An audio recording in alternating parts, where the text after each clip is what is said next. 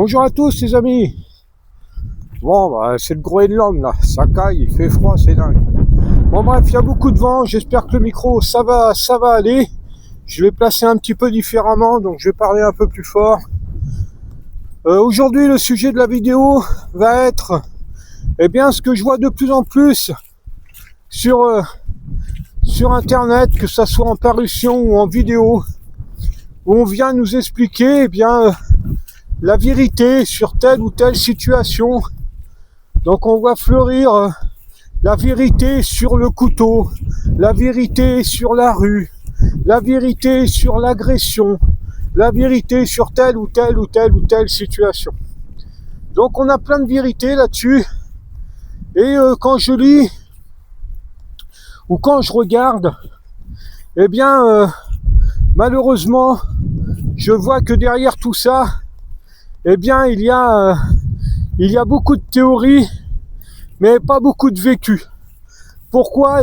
Parce que il y a des détails qui sont pas là, et ces détails-là, pour les savoir, il faut avoir connu, il faut avoir vécu. Donc, je vais prendre un exemple sur la vérité sur le couteau. Donc, on vient nous dire que tout ce qu'on entend habituellement, qu'avec le couteau, si on peut fuir, faut mieux fuir, qu'avec le couteau, on a de grandes chances de ceci, qu'on a de grandes chances de cela, qu'on est dans une situation très très périlleuse. Néanmoins, il y a la théorie et il y a le ressenti vrai. Le ressenti vrai du moment où on a déjà été confronté à un couteau, être face à quelqu'un qui a un couteau, ou le ressenti vrai d'avoir été coupé par un surin ou piqué par un surin. Et ça, ça donne des détails qui sont jamais mis dans leur vérité vraie sur telle ou telle chose. Alors je dis pas que comment je l'ai vu, comment je l'ai vécu, c'est pour tout le monde pareil, mais je pense que ça doit arriver à beaucoup de monde. Moi, la première fois où j'étais face à un surin, j'en avais pas. Oh, dommage, mais bon, j'en avais pas. J'en ai eu un après, mais je l'ai pas retrouvé, le monsieur, c'est pas grave. Donc, la première fois que j'ai été face à un surin, ça a été un choc émotionnel énorme. Ça a été les jambes qui tremblent. Ça a été la respiration qui s'accélère. Enfin bref, pour ma part, ça n'a pas été une perte de moyens totale, mais néanmoins, quand j'ai vu la lame, j'ai eu la chance de la voir, ça a été un gros choc émotionnel. Surtout quand c'est la première fois. Quand ça se reproduit, c'est pas pareil. Mais la première fois, c'est un gros choc. Et ça, c'est des choses, je pense, que lorsque l'on dit, où on veut se dire la vérité sur le couteau, par exemple, je pense que ça, c'est des choses qui sont importantes à rappeler. Donc ceux qui n'ont rien vécu, ils pourront maintenant reprendre ce que je viens de dire quand ils verront la vidéo, s'ils la voient. Au moins, ça leur donnera un semblant de réalisme. Sauf qu'il y a d'autres détails que je dis pas, et que ça aussi, si t'as pas vécu, ça va être compliqué de le savoir. C'est pareil lorsqu'on parle du combat et qu'on nous rabâche sur le combat, sur les KO, et qu'il faut mettre KO et ceci, cela, et que le KO, un KO c'est dangereux et que ça peut avoir des conséquences graves. Oui, tout ça c'est vrai, tout ça c'est du beau blabla, mais quand on a subi, tu sais aussi que tu peux éventuellement savoir, je dis pas que c'est le cas de tout le monde, mais tu peux éventuellement savoir aussi que le moment du chaos, ça peut être un moment agréable, un moment où tu es bien. Se faire sécher, se faire éteindre la lumière ou à demi éteindre, ça peut être un moment où tu te sens pas si mal que ça en fait. Et c'est là qu'il faut énormément de courage pour se relever et retourner au charbon. Parce que tu te dis voilà, c'est fini, là je suis bien, ça s'arrête. Et ça, c'est là qu'il faut énormément de courage et de volonté. Et cette volonté-là, Elle s'acquiert comment? Eh bien, elle s'acquiert en faisant du combat.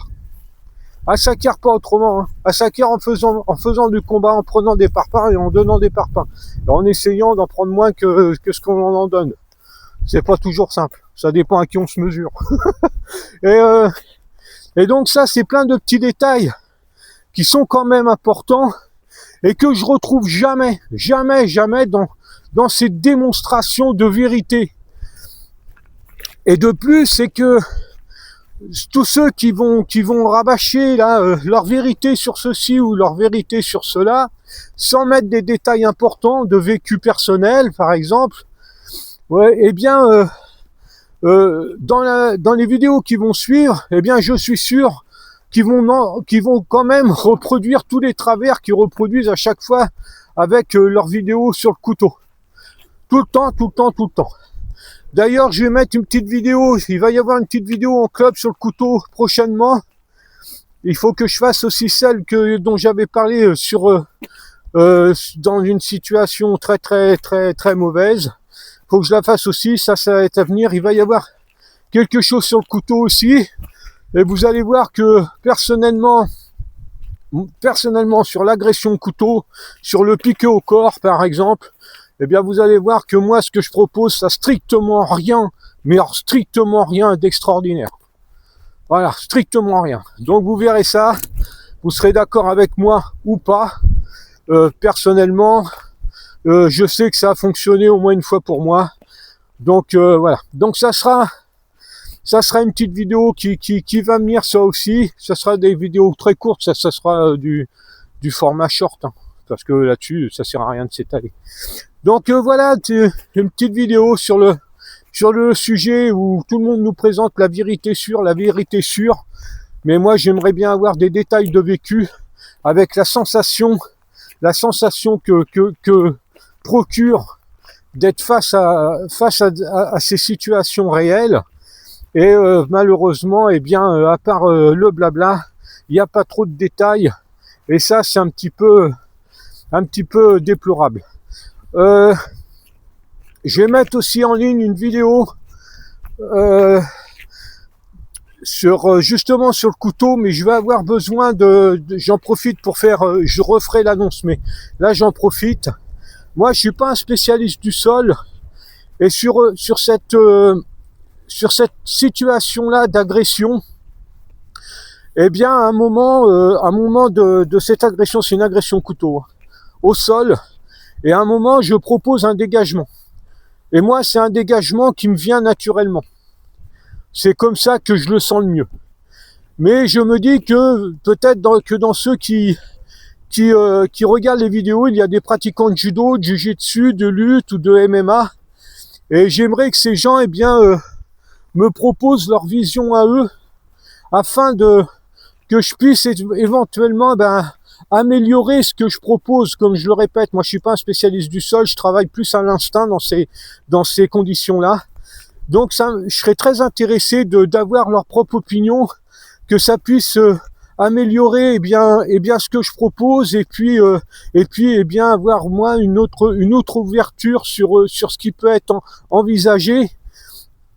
Et donc voilà, je referai au moment de cette vidéo-là, je referai la demande. Mais si déjà il y a des gens de discipline de sol, MMA, qui seraient intéressés pour me conseiller dans ces contextes-là au moment de cette vidéo-là, eh bien vous serez les bienvenus, et je prendrai avec plaisir eh bien vos conseils afin d'améliorer ce que je propose, et de pouvoir eh bien avoir d'autres opinions constructive. Si c'est pour critiquer, vous pouvez aller vous garer, j'en ai strictement rien à secouer. Mais si c'est constructif, eh bien je prends tous les bons conseils, je suis ouvert à tout. Donc voilà les amis, à la prochaine pour une autre vidéo. Je vous remercie de regarder la chaîne, de soutenir la chaîne, et puis n'hésitez pas à partager, à vous abonner. Allez, bye, salut. I'm only here for the party.